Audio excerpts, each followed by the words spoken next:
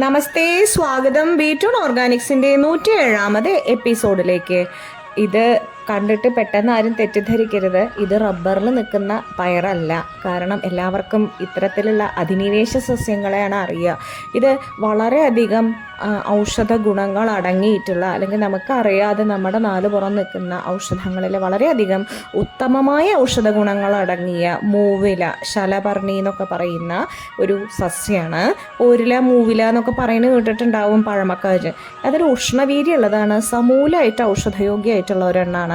ചുമ, പനി, ഹൃദയ സംബന്ധമായ രോഗങ്ങൾക്ക്, മൂത്രാശയ സംബന്ധമായ രോഗങ്ങൾക്ക്, നീർവീക്കത്തിന്, ആസ്മയ്ക്ക്, ഉളുക്കിന്, അതേപോലെ ശസ്ത്രക്രിയയ്ക്ക് ശേഷമുള്ള വിവിധതരം ആർത്രൈറ്റീസ് കേട്ടോ. ചിലർക്ക് ഈ സൈഡ് ഇഫക്റ്റ് പോലെ ഉണ്ടാവാറുണ്ട്, എസ്പെഷ്യലി സന്ധിവാതത്തിനൊക്കെ അതിനാണ് ഉപയോഗിക്കുന്നത്. പിന്നെ ഇതിൽ പൂക്കൾ ഒരു നല്ല ഭംഗിയുള്ള പിങ്ക് കളറിൽ ആയിട്ട് നമുക്ക് കാണാൻ സാധിക്കും. നമുക്ക് വേണമെച്ചാൽ അത് നമുക്ക് പൂന്തോട്ടത്തിൽ വളർത്താം എന്നുള്ളത് പോലെയാണ് കേട്ടോ.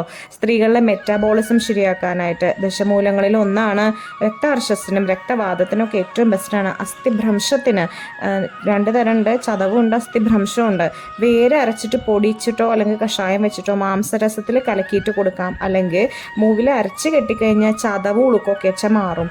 മൂവിലെയും ഓരിലെയും കൂടി സമമായിട്ടെടുത്ത് വിധിപ്രകാരം കഷായം വെച്ചിട്ട് അതിൻ്റെ ഒപ്പം പാല് ചേർത്ത് വറ്റിച്ച് പാൽ കഷായമായി കഴിഞ്ഞാൽ ഹൃദ്രോഗങ്ങൾക്ക് ബെസ്റ്റാണ്.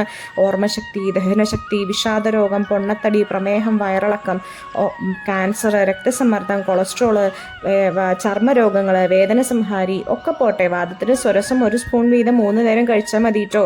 ഏറ്റവും കൂടുതലായിട്ട് PCOD, അതാണ് എല്ലാവരും ഇപ്പോൾ ബാധിക്കുന്നത്. 3 നേരം 1 സ്പൂൺ വീതം ഭക്ഷണത്തിനൊപ്പം സേവിച്ച 6 മാസത്തിനുള്ളിൽ PCOD മാർഗം. പക്ഷേ അതൊരു വൈദ്യൻ്റെ നിർദ്ദേശാനുസരണമുള്ള മരുന്നായിരിക്കണം, സ്വന്തം ചികിത്സ അരുതേ.